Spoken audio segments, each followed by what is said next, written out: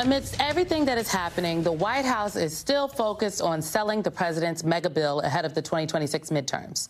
The vice president was in Michigan Wednesday promoting the, quote, working family tax cuts. But despite all that positive messaging, remember, it used to be the big, beautiful bill, Politico warns voters are going to feel the impact of the bill's cuts to health care before anyone casts their vote. This is what they say, quote, and President Trump and the GOP-controlled Congress will be easy to blame. Well, I am pleased to welcome Marc Racicot, former governor of Montana and former chair of the Republican National Committee. He's now chairman of Our Republican Legacy. Governor, it's good to see you. Okay, I think we are both old enough to remember when Democrats had to sell an agenda amidst an economy people did not feel good about when Joe Biden was the president, and it did not work out well for them. Now we have the Trump administration, and they are attempting a similar playbook. What say you? Well, what I say is that people are going to gradually discover exactly what has been ongoing here. It's been a catastrophe from the beginning, especially with the tariffs and its impacts on increased costs for families, producers, small business, virtually everyone, agriculture as a consequence. That's one thing they're going to learn about. In addition to that, what's happening with everything from the transfer of FEMA back to the states when we have forests and forest fires like we do in Montana, when you end up with the Medicare issues and SNAP issues like we have in Montana in a rural state, when hospitals are closing, and they already are across the country, we're going to, I think, see, unfortunately, pain that could have been avoided. And as a consequence of that pain, I think people are going to finally take a look at this and realize we have somebody in charge that doesn't know what they're doing. It's such an important point you made about the hospitals in Montana are already closing. In my home state of Nebraska, at least one rural hospital has closed because the anticipation of what is going to happen from that bill that has now become a law. You have actually said that Republicans have abandoned their promise to protect rural America. Walk us through how they've done that exactly.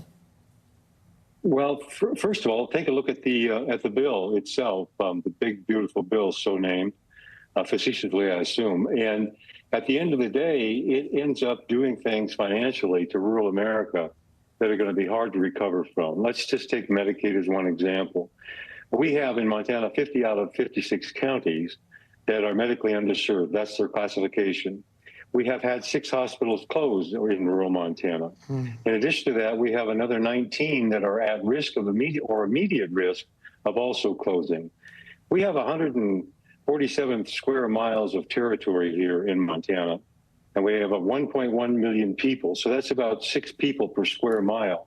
So we're used to traveling, but what's going to happen with these small hospitals that are so dependent upon Medicaid funding is that they're going to close. So you're going to end up with 40-mile drives to do things like deliver a baby or to address a heart attack or whatever it is that might happen in that family. In addition to that, we have veteran populations. We're the third largest state in the union on a percentage basis with veterans that live in that particular state.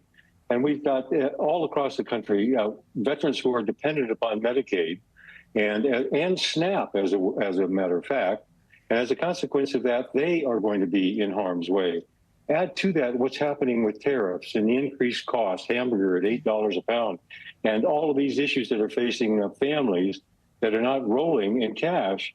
And then juxtapose that with the understanding that this big, beautiful bill is taking all of the funding that was previously provided to deal with people in incredibly difficult circumstances and transferring it into a tax plan that is so unbalanced it's almost embarrassing, because it provides the tax relief to those at the top end of the spectrum and leaves those at the bottom end of the spectrum to fend for themselves. So I think there's going to be pain from a number of different places, Simone, that's going to at least shed some light on what it is that's been ongoing in Washington, D.C. with the president and his cabinet, and frankly, Congress.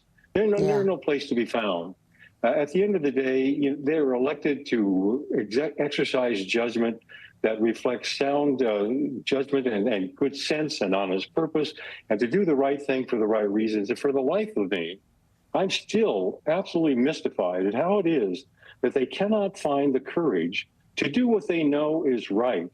So as long as they're accomplices to this effort, we're going to be ending up in these circumstances. Governor, I am looking for the people that are willing to stand up, but I'm hopeful that we'll find some soon. Thank you so much for your time. Good to see you. We'll be right back, folks.